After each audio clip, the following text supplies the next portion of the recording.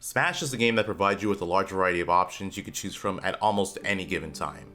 Through practice, you're able to become more familiar with those options and identify more when you should or should not be doing something. At least, that's what's supposed to happen. Sometimes while practicing, you start to heavily rely on picking certain options and it becomes a bad habit. The more you play, the harder it can be to break or even identify what those habits are.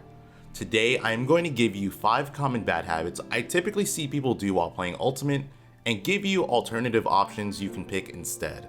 I'm actually going to do an honorable mention, and this one is focused on tournaments.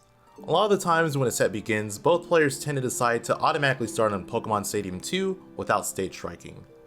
I get why this happens. It's because you either believe it's the most neutral stage out of the starters, or you just want to hurry up and start your set. While it is looked on as being a very neutral stage, there are some characters who greatly benefit from it more than others, and you should try to become more aware of it so you don't start on a potential counterpick stage. Stage striking also allows you to see what stages your opponent may not want to play on, and could be seen as a way to scope out potential counterpicks. Okay, now that I got that out of the way, let's go on to the 5 habits. Full hopping is probably the most common bad habit in Ultimate. The jump squat change made it very easy for everyone to abuse jump. This is a drastic change compared to the previous Smash games where some characters could have a jump squat as high as frame 8. The problem with everyone having such a low jump squat is that it makes the option worse overall. This is because you can't just jump away from your opponent since they have the ability to jump as fast as you and meet you in the air with an attack. Jumping is one of the fastest options in the game, and that's the reason people tend to use it a lot. I would say full hopping gets used the most when a player is feeling cornered or getting pressured. In situations where you normally attempt to flop away from the opponent and get punished for it, you should instead just wait. The reason being is that most people who are looking for flops to punish will preemptively jump themselves in order to do it. If you're the type of person who can't wait and needs to do something, I'd suggest rolling, spot dodging, or even throwing out an attack to fight your way out of disadvantage. This is very dependent on the character you're fighting, but sometimes even short hopping can be used.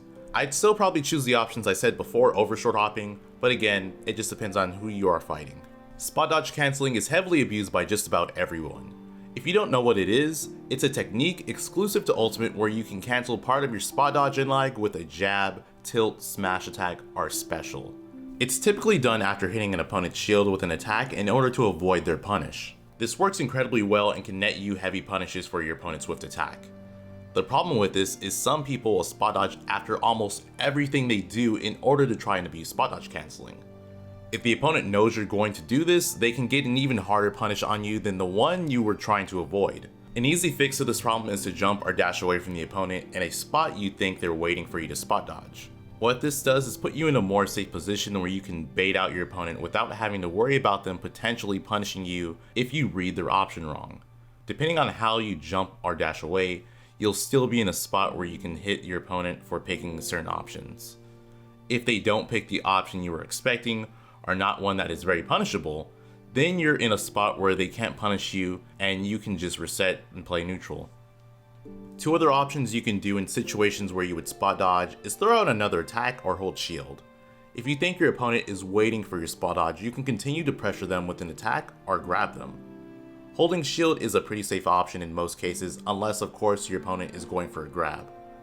Overall, out of all the options I said to do instead of spot dodge, I'd probably go with the first 2 I mentioned, which is dash or jump away, because you can still be pretty safe while baiting out something.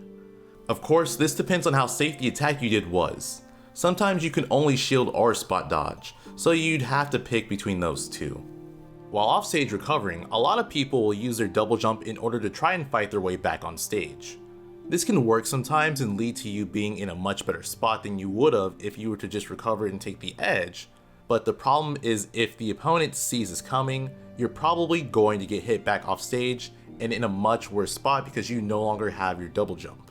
This is made even worse if you consistently do this option while recovering. You're turning what is supposed to be a risky recovery mix-up into your go-to option. Being off stage trying to recover while your opponent is in a position where they can edge guard you is the worst position you can be in during a match. It's typically up to your opponent to make a mistake in order for you to get back on stage and into a neutral position. You want to make it as hard as possible for your opponent to take your stock, and in order to do that, You need to put yourself in a position where you can get multiple chances to come back on stage.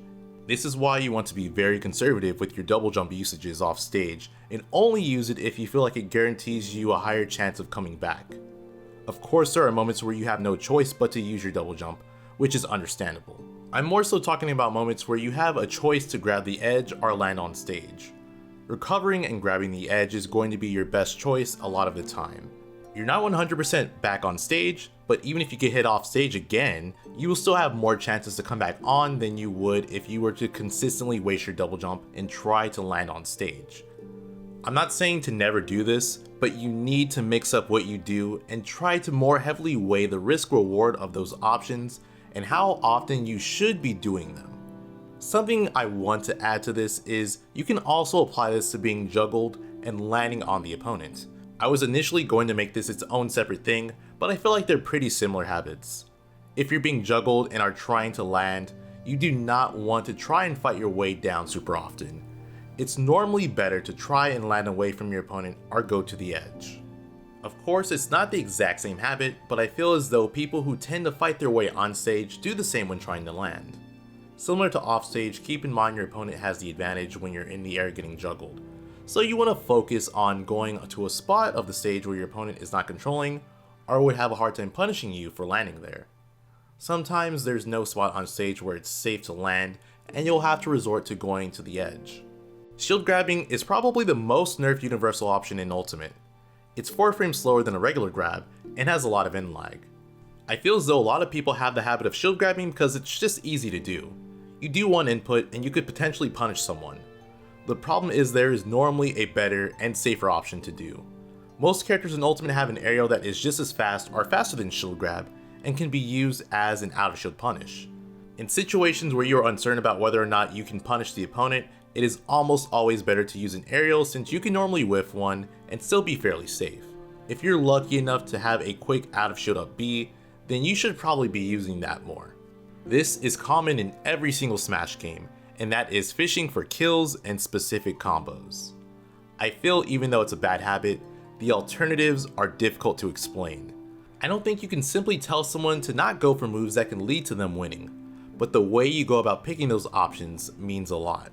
Sometimes you have the opponent at the perfect percent to do something, and you want so badly to pull that something off. The attempts you do lead to taking a whole bunch of damage or even losing your stock because of it. What you need to do is not make that specific thing you want to do your top priority. You need to make a mental note that you will only go for it if you truly believe you're in a perfect position to do so. You need to also keep in mind that your opponent probably knows what it is you're looking for. So being blatantly obvious with what you want to do is going to make it that much harder to successfully pull it off. Most people who are able to consistently pull off kills or combos are doing it because they only attempt it in situations where they know it can work and otherwise go for something else. Just because you have an opponent at a percent where X move will kill does not mean you immediately go for X move if they're already preparing themselves to stop it. You need to do other things that they're not expecting and throw them off in order to make them think less about your attempting to do X move, and then you go for it. While playing and looking for certain combos and attacks to land, you should have two things in mind. The first one is, what is the most damaging thing I could do to my opponent? The second thing you need to think of is, what would be the easiest attack to hit my opponent with? Usually those two questions will give you two different answers, and it's normally better to go with the answer from the second question. As you keep playing and are able to make the actions you're going to do less obvious, being able to land the more damaging combos or early kill moves becomes easier. And that is it for the video. Let me know in the comments if you have any of the bad habits I mentioned. If you have any I haven't mentioned, let me know what they are and if you've found a way to break those habits. I also want to say that this video is not telling you to stop picking those options, but to do them in moderation. Even with the alternatives that I give you, if you start doing those in excess, those will become bad habits too. So just try to find a good balance between picking everything. It's not an easy thing to do, but it will get better with practice. If you enjoyed the video, please like, subscribe, and ring the bell. It really does help a lot. If you really like my channel and would like to support it further, you can do so on my Patreon. Thanks for watching, and I will see you next time.